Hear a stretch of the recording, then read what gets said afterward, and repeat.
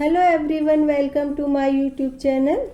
तो जो भी मेरा वीडियो देखते हैं, मुझे सब्सक्राइब करते हैं, उन सभी को मैं हृदय से आभार बोलती हूँ। और गाइस, एकाकी जीवन की नीरस कहानी का शीर्षक अधूरी ख्वाहिशों के बुनते ताने बाने का सेकंड पार्ट लेकर के आई हूँ। और रात के 10 बज रहे थे। आज उर्मी का खाना बनाने का मन नहीं था। सोचा भतीजी को बुला लूँ। उसके भाई भाभी पास में ही रहते थे और कई बार ऑफिस से वो अपने भाई भाभी के घर ही चली जाती थी। उसके भाई उसके कजन थे, फिर भी भाभी उर्मी को बहुत रिस्पेक्ट देती थी और भतीजी तो बुआ बुआ बोलकर उर्मी का पीछा ही नहीं छोड़ती थी। और उर्मी इतनी बड़ी कंपनी में सीनियर मैनेजर होने के बाद भी बहुत ही सादगीपूर्ण जीवन व्यतीत करती थी। और उर्मी की भतीजी का नाम स्वीटी था और वह खुद ही उर्मी के घर पहुंच गई और बोलने लगी, बुआ जी, कल मेरा सोशल स्टडी का एग्ज़ाम है। घर में बहुत शोर हो रहा है। मैं आपके पास ही पढ़कर फिर सुबह चली जाऊंगी। माँ ने आपके लिए भरवा परवल की सब्जी और रोटी भेजी है। और हाँ बुआ जी, साथ में आम की चटनी भी है। उर्मी को अपनी भाभी के हाथ का खाना बहुत अच्छा लगता था और साथ ही अपनी छोटी सी भतीजी स्वीटी की स्वीट स्वीट आवाज़ और तोड़ तोड़ कर शब्दों को बोलना उसके कानों को बहुत सुकून देता था। और स्वीटी को पढ़ाकर खाना खाकर उर्मी सोने चली गई। सोने से पहले वह मनोरमा, गृह शोभा वगैरह मैगजीन पढ़ते पढ़ते सोती थी। और सुबह स्वीटी को उठाकर उसका नाश्ता वगैरह तैयार करके उसको घर भेजकर फिर अपने ऑफिस जाने की तैयारी में लग गई। आज उर्मी का बिल्कुल भी दिल नहीं कर रहा था ऑफिस जाने का, लेकिन घर में भी क्या करती। उर्मी के काफ़ी सारे रिश्तेदार हैं आसपास, ऑफिस में कई सारे फ्रेंड्स भी हैं उसके।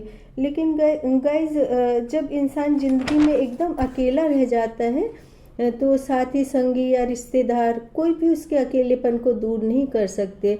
जहाँ तक मुझे लगता है, ये अकेलेपन की बीमारी कैंसर से भी ज़्यादा भयानक है, जो मन और शरीर दोनों को तार तार कर देती है, लेकिन फिर भी इसका कोई इलाज नहीं है।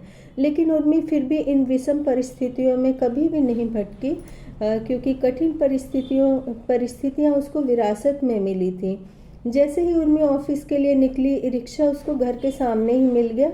और उर्मी का ऑफिस बहुत दूर नहीं था। अब से 40 साल पहले पढ़े लिखे बड़ी जॉब वाले भी लाइफ में काफ़ी संतुलन बना कर रखते थे।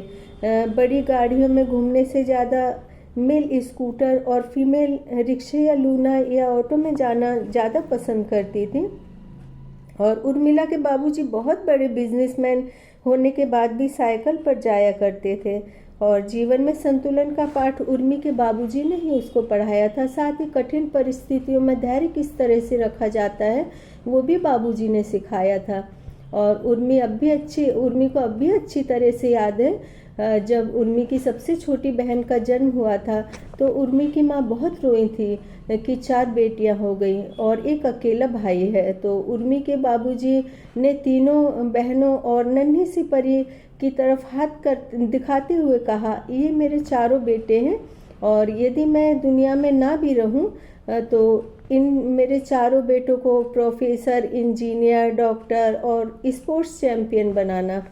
और उर्मी के जब बाबूजी का देहांत हुआ था तो उसकी छोटी बहन महज 5 वर्ष की थी। और बाबूजी एक सत्संगी थे, साथ ही व्यवहार कुशल होने के साथ साथ शहर में बहुत इज्जत थी। और उनके अंतिम दर्शन के लिए दूसरे शहर से भी लोग आए थे। और उर्मी की माताजी बार बार बेहोश हो रही थी। बार बार पानी के छींटे दे करके उनको होश में लाया जा रहा था। और उर्मी की भाभी और रिश्तेदारों ने अंत्येष्टि की तैयारी की और उर्मी के बाबूजी संस्कार, अच्छे व्यवहार और धर्म कर्म का प्रचार कर पंचतत्व में विलीन हो गए, जो मानव जीवन की सच्चाई है। और अब उर्मी के जीवन में हर दिन एक नई और कठिन चुनौती आएगी। तो गाइज, आप एकाकी जीवन की नीरस कहानी का शीर्षक अधूरी ख्वाहिशों के बुनते ताने बाने का ऑडियो सुने। और गाइज, मुझे कहानी को बहुत ज़्यादा शब्दों में सजोना नहीं आता है और साथ ही साहित्य का ज्ञान भी मुझे थोड़ा बहुत है। फिर भी मैं साधारण सी भाषा में समाज की परिस्थितियों से जूझती नारी